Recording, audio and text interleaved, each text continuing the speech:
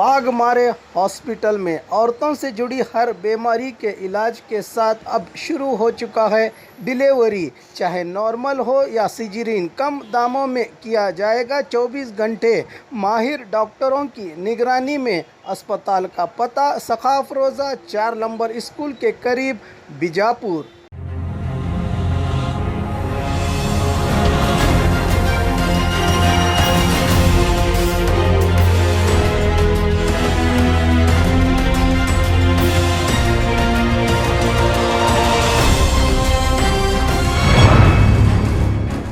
मैं हूं आबिद हुसैन शेख, आपका खैर मकदम है 4TV न्यूज़ कर्नाटक एक्सप्रेस में। टीचर्स डे के मौके पर कांग्रेस नायकों की शुभकामनाएं। आज सितंबर 5 टीचर्स डे के मौके पर राज्य के सभी टीचर्स को बधाई देते हुए कांग्रेस नायकों ने ट्वीट किया है। विरोध पक्ष नायक सिद्धरामैया ने लिखा है कि मुझ जैसे देहात से आए व्यक्ति को पढ़ा लिखा कर ऊंचे ओहदे तक पहुंचाने वाले सभी शिक्षकों को प्रणाम। उसी तरह केपीसीसी अध्यक्ष DK शिव कुमार ने लिखा है कि आज भारत के पहले राष्ट्रपति भारत रत्न राधा कृष्णन जी का जन्मदिन है। इस मौके पर टीचर्स डे मनाया जाता है। अपने ज्ञान और अनुभव से लाखों बच्चों को पढ़ाकर भारत का उज्जवल भविष्य निर्माण करने वाले सभी टीचर्स को अभिनंदन लिखा। ईश्वर खंडरे ने लिखा है कि राष्ट्र का निर्माण करने वाले टीचर्स ही हैं। इस मौके पर इन्हें बहुत सारी बधाई।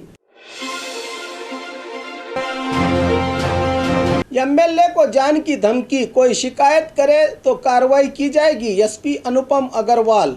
एक प्रेस मीट में बीजापुर शहर के वकील SS कादरी ने नगर विधायक बसनगौड़ा पाटिल यत्नाल पर आरोप लगाए थे। इसी के कारण वकील पर FIR दर्ज हुई।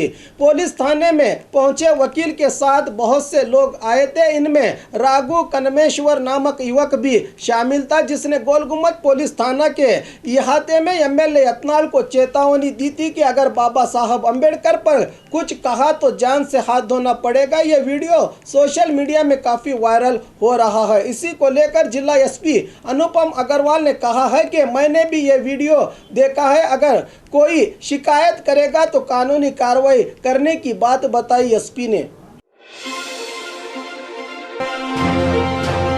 ड्रग्स मामला, 12 आरोपियों पर FIR दर्ज। बेंगलुरु में CCB पुलिस ड्रग्स की खरीदो फरोख्त पर लगाम कसने के लिए हर तरह से प्रयास कर रही है। इसी मामले में बड़े सनसनीखेज मालूमात हासिल हो रहे हैं। फिल्म निर्देशक इंद्रजीत लंकेश के बयान के बाद फिल्म स्टार रागिनी के घर पर छापा। रागिनी को गिरफ्तार करने के बाद अब कुल 12 आरोपियों पर मामला दर्ज कर लिया गया है। नारकोटिक विंग के ACP गौतम ने अपनी शिकायत में कहा है कि ये 12 आरोपी बड़े बड़े होटल्स में पार्टियां करते थे। यहां ड्रग्स मंगवाकर इन पार्टियों में नशीली दवाओं का इस्तेमाल किया जाता था। आरोपियों के नाम इस तरह हैं: शिव प्रकाश चिपरी, रागिनी द्विवेदी, वीरन खन्ना, प्रशांत रंका, वैभव जैन, आदित्य आलवा, लूम पेपर, प्रशांत राजू, अश्विन अभिस्वामी, राहुल तंसे और रविशंकर शामिल हैं। इन सभी पार्टियों में international drug dealer loom paper की अहम भूमिका है। अभी जांच जारी है। CCB पुलिस की एक और कार्रवाई, 44 लाख के ड्रग्स सहित 3 आरोपी गिरफ्तार। हशीश का ऑयल बेच रहे केरला मूल के सुब्रमणी वीडस और शिजिन को पुलिस ने दबोच लिया है। इनसे करीब 44 लाख कीमत का 2161 ग्राम हशीश का ऑयल और 2 kg गांजा जब्त कर लिया है। आरोपी वीडस लंदन से पढ़ाई करके आया था, जो अब KR पुरम गार्डन सिटी कॉलेज के आसपास हशीश का ऑयल बेचता है। रोजगार का आग्रह करने वाले युवकों पर लाठी चार्ज, बीजापुर में की गई सख्त मजम्मत। कल 4 सितंबर को भोपाल में रोजगार की समस्या को लेकर एहतजाज कर रहे युवक CM को निवेदन पत्र देने आए थे। इन लोगों पर पुलिस ने लाठी चार्ज किया था। इसी मुद्दे को लेकर आज बीजापुर में AIDYO संगठन के सदस्यों ने BJP सरकार के आदेश पर पुलिस की लाठी चार्ज पर आक्रोश जताते हुए जिलाधिकारी दफ्तर के सामने प्रदर्शन करके लाठी चार्ज करने वाले पुलिस अधिकारियों पर कार्रवाई करने की मांग की। सचिव शिवराम हेब्बार भी वायरस की चपेट में। उत्तर कन्नड़ जिले के इंचार्ज मंत्री शिवराम हेब्बार की जांच रिपोर्ट भी पॉजिटिव आने की जानकारी खुद इन्होंने ही अपने फेसबुक में लिखा है। मंत्री जी ने बताया है कि मेरी पत्नी और हम दोनों की जांच रिपोर्ट पॉजिटिव आई है। वैसे कोई लक्षण दिखाई नहीं दे रहे हैं। हम होम क्वारंटाइन में रहकर ही इलाज करवा रहे हैं। अभिमानियों से कहा है कि आपके आशीर्वाद से ठीक होकर जल्द सेहतयाब होकर लौटूंगा, लिखा मंत्री जी ने। सरकार बोलने की आज़ादी को छीनने की कोशिश कर रही है। सलीम अहमद। सीएम येडियुरप्पा अपने बेटे विजयेंद्र की करतूतों पर पर्दा डालने के लिए केपीसीसी वक्तार लक्ष्मण पर एफआईआर दर्ज करवाकर संविधान द्वारा दिए गए बोलने की आज़ादी के हक की पामाली कर रहे हैं। एफआईआर कॉपी को टैग करते हुए केपीसीसी कार्याध्यक्ष सलीम अहमद ने ट्वीट किया है, विजयेंद्र के कारनामों को लेकर उनके ही पक्ष के लोग नाराज होकर बीजेपी वरिष्ठों को पत्र लिखे हैं। सच का सामना करने की बजाय भ्रष्टाचार में डूबी हुई बीजेपी सरकार पुलिस की ताकत का गैर तरीके से इस्तेमाल ले रही है।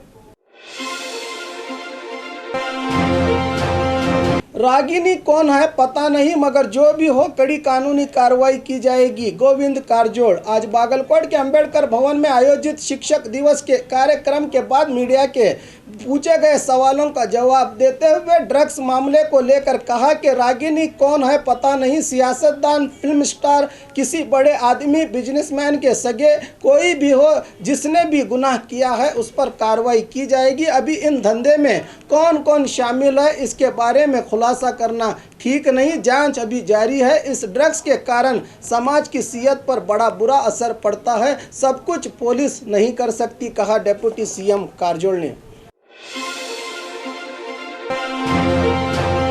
गन्ने के खेत में गांजा उगाने वाले पुलिस की हिरासत में। बीदर जिला हुमनाबाद तालुका के दुबलगुंडी ग्राम के निवासी मानिक गुंडप्पा जानते ने अपने गन्ने के खेत में के बीचों बीच गांजा उगाया था। पुख्ता जानकारी के आधार पर SP Nagesh, ASP Gopal Baykot, DYSP Devraj के मार्गदर्शन में सीपीआई मल्लिकार्जुन यतनूर की पुलिस टीम ने पीएसआई मानतेश लांबी और तहसीलदार नागैया हिरेमठ की अगुवाई में कार्रवाई करते हुए गन्ने के बीच लहलहाते करीब 8 से 10 फीट ऊंचे 145 किलो के गांजे की फसल को जब्त करके आरोपियों को गिरफ्तार कर लिया है। हल्लीखेड़ पुलिस थाने में मामला हुआ है दर्ज। इसी तरह बेलगाम जिला रायबाग तालुका के सुतत्ती ग्राम में भी पुलिस ने कार्रवाई करते हुए 60 साल किसान लक्कप्पा खोट और 35 साल लक्ष्मण खोट को गिरफ्तार करके इनके खेत में बोए गए करीब 1,20,000 कीमत का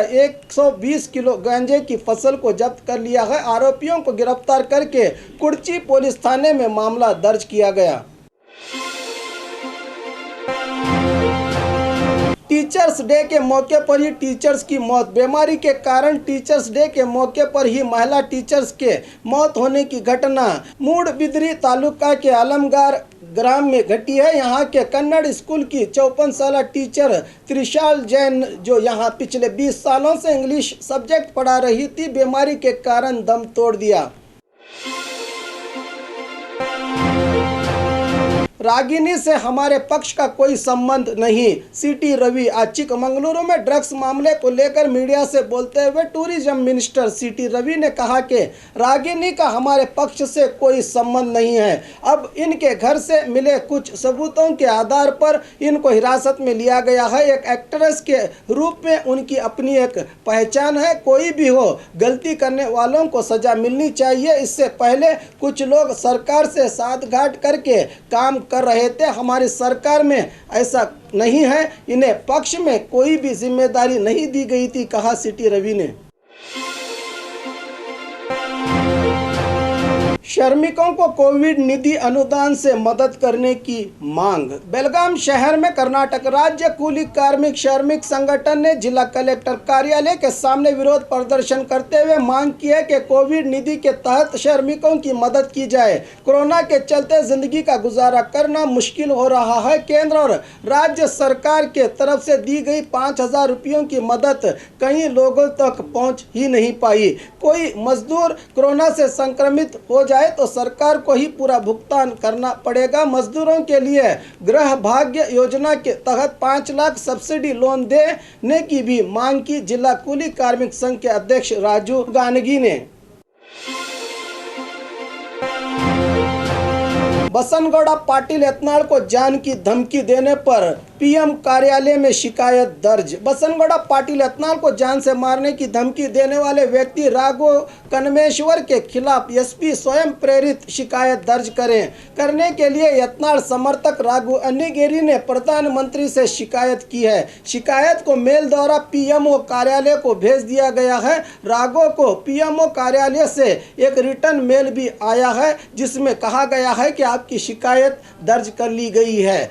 शिकायतकर्ता राघव अन्नीगिरी ने इस लेटर में लिखा है कि उस धमकी देने वाले व्यक्ति के पीछे कौन है जिसके दम पर उसने मारने की धमकी दी थी, इस पर भी कार्रवाई करने की बात कही गई है इस लेटर में।